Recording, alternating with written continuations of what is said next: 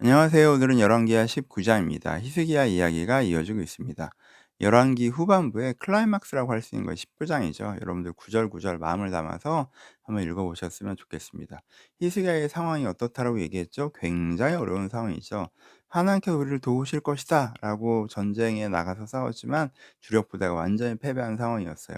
그래서 이 하나님을 믿는 것으로 안 되는구나, 인간적으로 어떻게 해결해보자 해서 돈을 박박 들여다가 바쳤지만 돈만 뺏기고 내 공격받는 건 해결하지 못한 상황이었어요. 아주 비참하고 초라한 상황에 히스기야는 지금 놓여 있습니다. 여기에 대한 원수 해석은 무엇입니까? "너는 인간적으로도 능력이 없어. 우리가 무기를 준다고 해도 너희들 병력이 없잖아. 너희가 이집트를 의지한다고 하지만 이집트를 너희들은 도와줄 수가 없어. 너희는 인간적으로 완전히 무능력해. 또 신앙적으로도 힘이 있다고? 아니야, 그렇지도 않아. 너희 말대로 하나님이 전능한 존재면 하나님이 버렸기 때문에 지금 너희가 이 지경이 됐을 거 아니야. 하나님께서 지게 하셨어서 너희들이 진 걸 거 아니야. 그리고 봐. 지역마다 신이 있고 국가마다 신이 있는데 이 아시리아라는 엄청난 군대로부터 자기의 나라를 지켜준 신들이 어디 있니? 그렇게 너희가 믿는 신 이런 거 갖고 구원받을 수 있는 게 아니야. 그러니까 너희들은 인간적으로도 무능력하고 신앙적으로도 무능력해. 지금 너희가 서 있는 현실이 그걸 증명해 주고 있어.'라고 하는 게 이제 원수가 얘기한 해석이죠.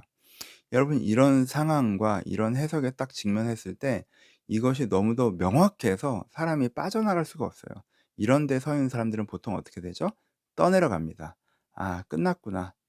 난 안 되는구나. 내가 틀렸구나.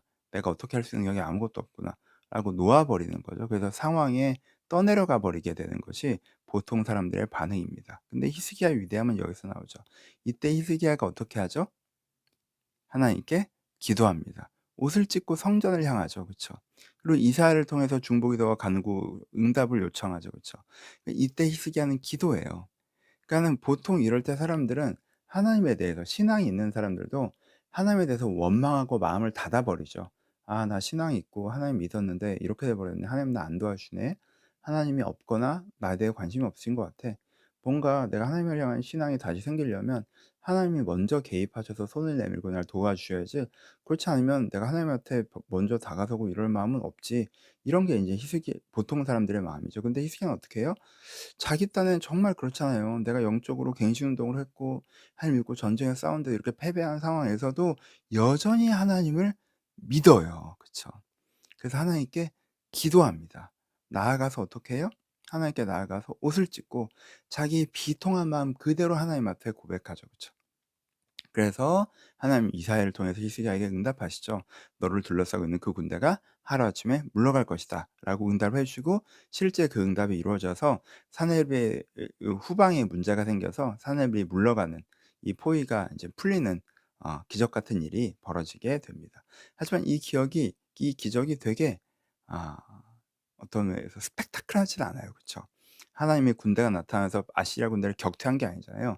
걔네들이 이렇게 막 무너뜨리려다가 '아 씨, 급한 일 생겼네. 니네 나중에 봐.' 하고 인제 나간 거거든요. 그러니까 '아이고 다행이다.'이긴 하지만 엄청난 문제 해결은 아니었죠. 그래서 그 문제가 다시 닥쳐오죠. 어떻게 해요?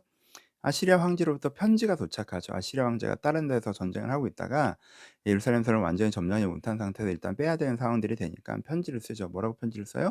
여전히 똑같은 메시지로 편지를 써요. "여호와가 너희를 구해 준다고 하는 거짓말을 믿지 말라. 하나님이 너를 도와준다고 하는 이 히스기야의 거짓말을 믿지 마."라는 말을 다시 하죠. 무슨 뜻이에요? "여기 내가 급한 일이 와서 잠깐 빠졌는데 내가 다시 올라가서 너희를 죽여버릴 테니까 딱 기다리고 있어." 이런 식으로 얘기를 한단 말이에요. 그쵸? 그 편지를 받아든 히스기야의 마음이 다시 한번 무너져 내리죠. 그쵸? 잠깐 적군을 격퇴한 게 아니잖아요. 그 적군이 그냥 사정이 생겨서 잠깐 뺀 거잖아요. 언제든지 다시 올 수 있잖아요. 근데 다시 오겠다고 편지가 왔잖아요. 그러니까는 다시 히스기야의 마음이 무너져 내리는, 내가 그렇게 기도하고 응답을 받았다고 하지만 내가 받은 응답이라고 하는 게 그 상황만 모면한 응답이어서 이 문제는 하나도 해결된 게 없단 말이에요. 그러니까 사실 여기서 또 마음이 무너질 수 있죠. 근데 히스기야가 어떻게 해요? 여기서도 기도해요. 이게 히스기야의 위대함이에요. 그 편지를 하나님께 그대로 가져가요. 자기의 비통한 마음을 그대로 가져가죠. 그걸 하나님께 펼쳐 놓고 "주님 보시옵소서."라고 딱 기도하죠. 그쵸? 히스기야가 여전히 하나님을 믿어요. 그쵸? 보통 이런 상황이 되면 다시 강조하죠. 보통 이런 상황이 되면 내가 하나님한테 되게 어 배신당한 것처럼 하나님한테 실망했고 하나님 뭔가 해명을 해야 되고 내가 하나님 안 쳐다보고 있어서 알아서 나를 설득하고 뭐 이런 게, 그러니까 알아서 상황이 좋아져서 내 마음을 풀어 줘야, 보통 이런 식으로 가거든요. 아니면 '아 신앙 믿고 이랬던 게 내가 너무 유 시 순진했어.' 하고 완전 세상 쪽으로 가든가. 아니면 '아 몰라. 내 인생 여기서 망했구나. 인생은 끝났다. 모르겠어.' 하고 놓아 버리는, 그냥 탁 인생의 끈이 끊어져서 완전 수동적으로 떠내려가는 삶을 살든가 뭐 이런 식으로 되는데, 그러니까 이 장면이 대단한 장면, 이때 기도한다. 이걸 배우셔야 돼요. 이때 기도해요. 이때 믿음을 가져요. 히스기야가 위대한 이유가 여기에 있어요. 이제 촥 펼쳐 놓고, 이 장면이 여러분 클라이막스입니다, 후반부에. "하나님 보시옵소서."라고 하는 히스기야의 기도. 여전히 믿음의 기도. 여전히 하나님께서 천지의 주관자이심을 고백하고, 이 어리석은 자가 하나님을 능멸하고 있음을 이야기하고, 하나님의 살아계심을 이들 가운데 보여 달라고 하는 하나님의 하나님 되심을 여전히 믿는 믿음의 고백을 드리면서 하는 이 기도. "하나님 어떻게 이럴 수가 있어요? 어? 하나님 뭐 내가 진짜 당장 환경을 해결해 줘요. 안 그러면 저 믿음 버림." 이런 기도가 아니에요. 자, 하나님은 하나님이십니다. 하나님은 여전히 천지의 주제이십니다. 그것들을 모르는 사람들이 하나님을 함부로 얘기합니다. 하나님 그것을 그냥 두시겠습니까? 보시옵소서. 나의 어려움과 비통을 보시옵소서. 그렇죠? 이 기도를 드립니다. 그러니까 하나님께서 이사야를 통해서 그에게 응답하시죠?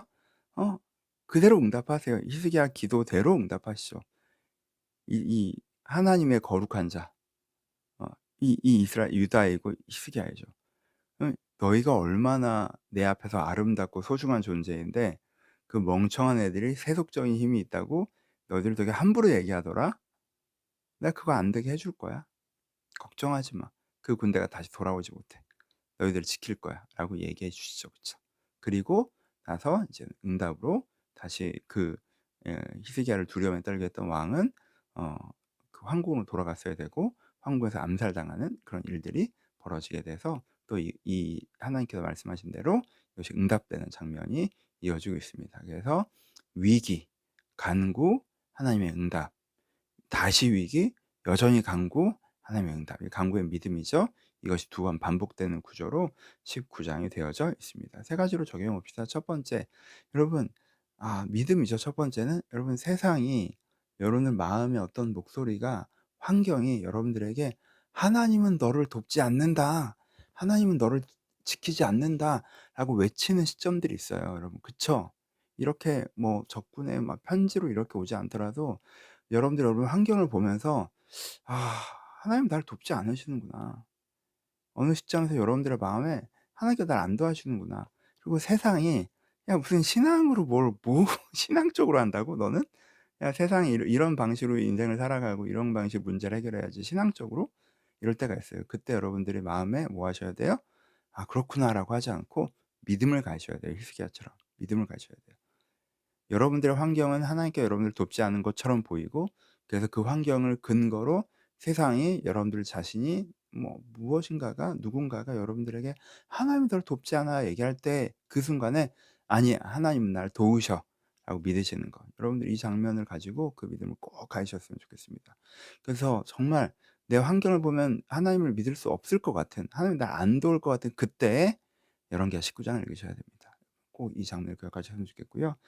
두 번째는 인제 기도에 대한 부분이죠. 같은 내용이지만 그때 기도하셔야 돼요, 여러분. 여러분들 마음이 무너져 내릴 때, 우리가 마음이 무너질 때 어떤 감성을 많이 갖느냐 하면, 너무 설교지로 가기도 하지만, 무너져 내릴 때 '나는 이제부턴 기도도 안 하고 신앙생활도 열심히 안 하고 뒤로 자빠져 있을 거야.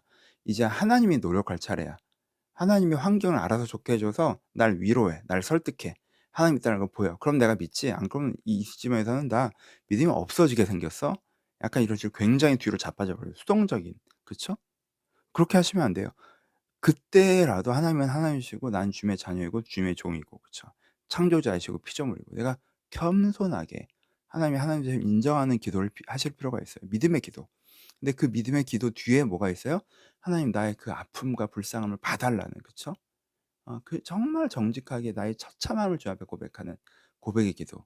이런 믿음을 갖고 있는 정직한 기도. 믿음에 기반한 간구의 기도. 이 기도를 드리실 수 있어야 됩니다. 여러분 인생 어려울 때 하나님에게 원망스럽고 섭섭한 감정이 올라올 수 있죠. 히스기야도 그러지 않았을까요? 근데 그런 감정을 뛰어넘으셔서 이 믿음의 기도를 하실 수가 있으셔야 돼요. 그쵸? 믿음의 기도가 역사하시는 힘이 크다라는 걸 다시 한번 기억하시고 꼭 그렇게 하셨으면 좋겠습니다. 세 번째는, 이건 별로 중요한 얘기는 아닌데, 히스기야가 받은 응답이 화려하지 않았어요.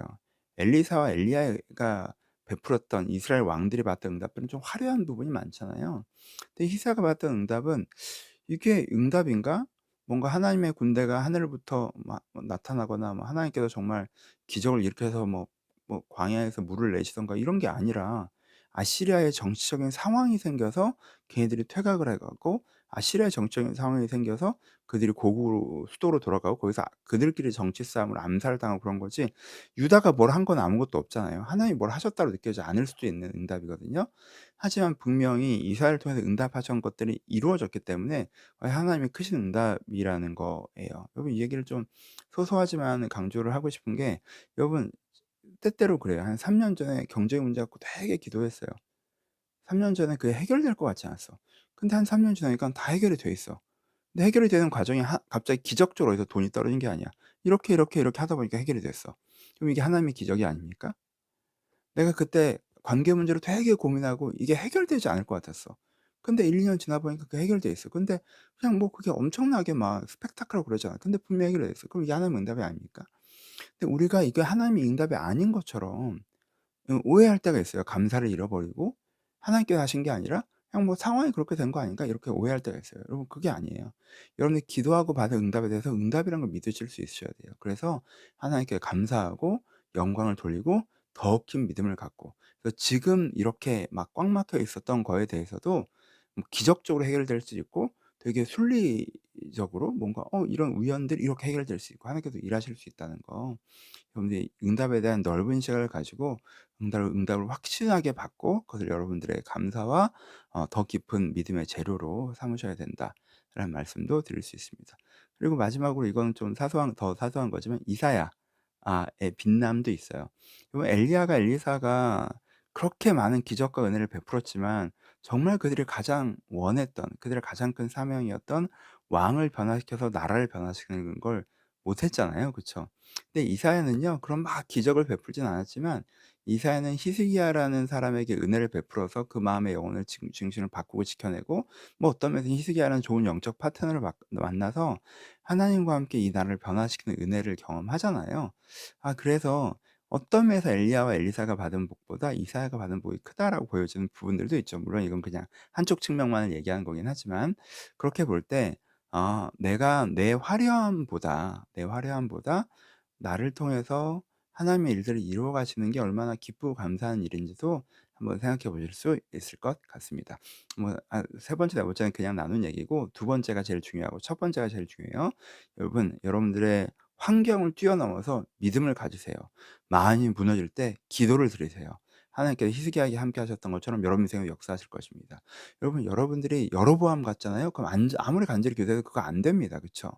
내가 내 이기적인 하나님을 이용만 하려고, 그건 안 되죠. 내가 아마샤 같잖아요. 그러면 안 돼요. 내가 뭔가 뭐나도 된 것처럼 어깨에 힘 빡 주고 하나님을 위한다라는 포장지의 말들은 있지만 내 중심은 내가 더 멋있는 무엇인가 하려고 하면 그러면 안 되죠. 히스기야 같더라도 안 될 때가 있어요. 히스기야가 이전에 기도했겠죠. 아시리아가 침공해서 중요한 성들과의 전투가 있을 때마다 기도했을 거예요. "하나님 이 전투는 이겨야 돼. 이 전투는 이겨야 돼. 이 전투는 이겨야 돼. 여기서도 지면 예루살렘까지 믿어. 여기서는 꼭 이게 다 졌을 거예요." 그래서 그래도 안 돼요. 하지만 여러분 결정적일 때 이때 되잖아요. 그쵸? 그래서요, 우리가 환경 갖고 기도할 때 안 되는 것 같고, 그러니까 환경 갖고 기도할 때 말이 너무 길어지는데, 내가 믿음이 그런 믿음이 아니라 안 되는 여로보암 같은 경우도 있고 아마샤 같은 경우도 있는데, 내가 히스기야 같은 믿음을 갖고 있어도 환경 기도를 해서 안 될 때가 있어요. 하지만 내가 히스기야 같은 사람이잖아요. 그러면 순간순간 장면은 안 되는 것 같지만 인생 전체 흐름에서는 분명히 됩니다. 이 믿음을 가지셔야 돼요. 분명히 돼요. 여러분들의 정말 그 믿음을 갖고 기도할 때 장면에서는 실패하는 것 같지만은요, 그 장면이 이어진 스토리에서는 하나님께서 승리하게 하세요.